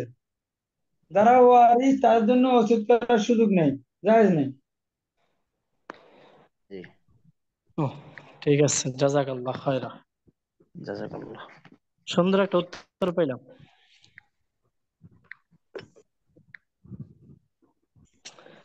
তাহলে আজকে আমরা বিদায় নিতে পারি, আজকের মতো নাকি? জি ইনশাআল্লাহ। জি, আজকের জন্য হযরত জি আমাদেরকে বিদায় দিলে ভালো হয় ইনশাআল্লাহ। জি ইনশাআল্লাহ। আজকে আসলে ওই আমার এই পরবর্তী ছিল না, তো এই জন্য লম্বা সময় হইলো আর কি। তো দোয়া করুন ইনশাআল্লাহ। কেমন? জি, অনেক আসলে আজ আপনার দরসে আমরা অনেক উপকৃত হলাম। জাযাকাল্লাহু খায়রান। জাযাকাল্লাহ দোয়া খায়রা, করবেন, বারাকাল্লাহু দোয়া ফি করুন যে আল্লাহ হায়াতিকুম আরো দুনিয়া। ভালো